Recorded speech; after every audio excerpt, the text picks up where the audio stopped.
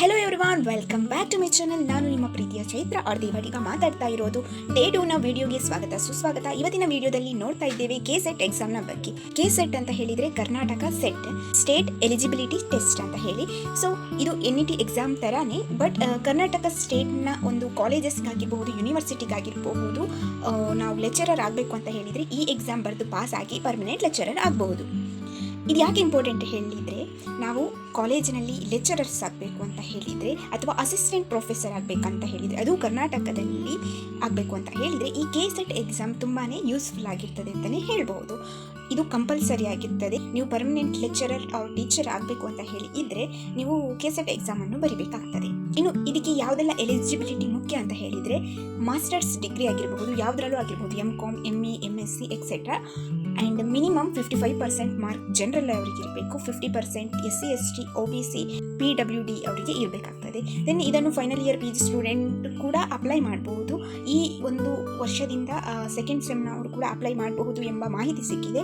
ಇನ್ನು exam pattern ಹೇಗಿರ್ತದೆ ಅಂತ ಹೇಳಿದರೆ, ಸೇಮ್ NET ಎಕ್ಸಾಮ್ ಥರನೇ ಇರ್ತದೆ. ಸೇಮ್ ಡೇ ಒಂದು ಪೇಪರ್ 1 ಪೇಪರ್ 2 ಇರ್ತದೆ. ಇದರಲ್ಲೂ ಅಷ್ಟೇ teaching aptitude, reasoning, reading comprehension ಇಂಥ ಒಂದು 10 ಯೂನಿಟ್ಗಳು ಪೇಪರ್ 1ನಲ್ಲಿ ಇರ್ತದೆ. ಇದು ಬೇಸಿಕ್ ಆಗಿರ್ತದೆ ಎಲ್ಲರಿಗೂ.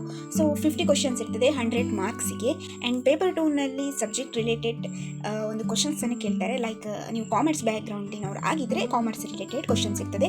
100 ಕ್ವಶನ್ಸ್ ಇರ್ತದೆ 200 ಮಾರ್ಕ್ಸ್ಗೆ. ಸೊ ಯಾವುದೇ ನೆಗೆಟಿವ್ ಮಾರ್ಕ್ಗಳು ಇರುವುದಿಲ್ಲ ಇಲ್ಲಿ.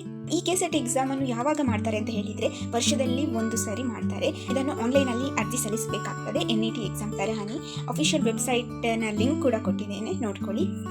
ಎಷ್ಟು ಫೀಸ್ ರಿಕ್ವೈರ್ ಆಗ್ತದೆ ಅಂತ ಹೇಳಿದರೆ, ಜನರಲ್ ಕ್ಯಾಟಗರಿ ಅವರಿಗೆ 1150, ಹಾಗೆಯೇ cat 2A 2B 3A 3B category ಅವರಿಗೆ 950, ಹಾಗೆಯೇ ST ST PWD ಅವರಿಗೆ 650 ಅಪ್ಲೈ ಆಗ್ತದೆ. ನಾವು ಯಾಕೆ ಇದನ್ನು ಬರೀಬೇಕು ಅಂತ ಹೇಳಿದರೆ, ಮೊದಲೇ ಹೇಳಿದಾಗೆ ನಾವು ಈ ಒಂದು ಎಕ್ಸಾಮನ್ನು ಬರೆಯೋದ್ರಿಂದಾಗಿ ನಾವು ಲೆಕ್ಚರರ್ ಜಾಬನ್ನು ಪಡೀಲಿಕ್ಕೆ ಆಗ್ತದೆ. ಅದು ಪರ್ಟಿಕ್ಯುಲರ್ ಆಗಿ ಕರ್ನಾಟಕದಲ್ಲಿ ಮಾತ್ರ. ಇದು ಒಮ್ಮೆ ನೀವು ಬರೆದ್ರಿ ಅಂತ ಹೇಳಿದರೆ ಲೈಫ್ ಟೈಮ್ ನಿಮ್ಮ ಒಂದು ಕೆರಿಯರ್ಗೆ ಹೆಲ್ಪ್ ಆಗ್ತದೆ ಅಂತಲೇ ಹೇಳ್ಬೋದು. ನಿಮ್ಮ ಲೈಫ್ ಸೆಟ್ಲ್ ಆಗ್ತದೆ ಅಂತಲೇ ಹೇಳಬಹುದು. ಫಾರ್ ಎಕ್ಸಾಂಪಲ್ ಹೇಳ್ತಾಯಿದ್ರೆ, ಈಗ ನೀವು ಕರ್ನಾಟಕದಲ್ಲಿ ಟೀಚ್ ಮಾಡುವ ಒಂದು ಉದ್ದೇಶವನ್ನು ಹೊಂದಿದ್ದು, ನನಗೆ ಇಂಡಿಯಾದ ಬೇರೆ ಸ್ಟೇಟ್ನಲ್ಲಿ ಟೀಚ್ ಮಾಡುವ ಯಾವುದೇ ಒಂದು ಆಸಕ್ತಿ ಇಲ್ಲ ಅಂತ ಹೇಳಿದರೆ, ಆಬ್ವಿಯಸ್ಲಿ ಯಾರಿಗೂ ಇರುವುದಿಲ್ಲ. ಬಟ್ ನಾನು ಕರ್ನಾಟಕ ಸ್ಟೇಟಿನ ಅಂಡರಲ್ಲಿ ಬರುವ ಕಾಲೇಜಸಲ್ಲಿ ಪರ್ಟಿಕ್ಯುಲರ್ ಆಗಿ ಕೆಲಸ ಮಾಡ್ತೀನಿ ಅಂತ ಹೇಳಿ ಒಂದು ಭಾವನೆ ಇಟ್ಕೊಂಡಿದ್ರೆ ಈ ಕೆಸೆಟ್ ಎಕ್ಸಾಮನ್ನು ಬರೆದು ಪಾಸ್ ಆಗ್ಬೋದು.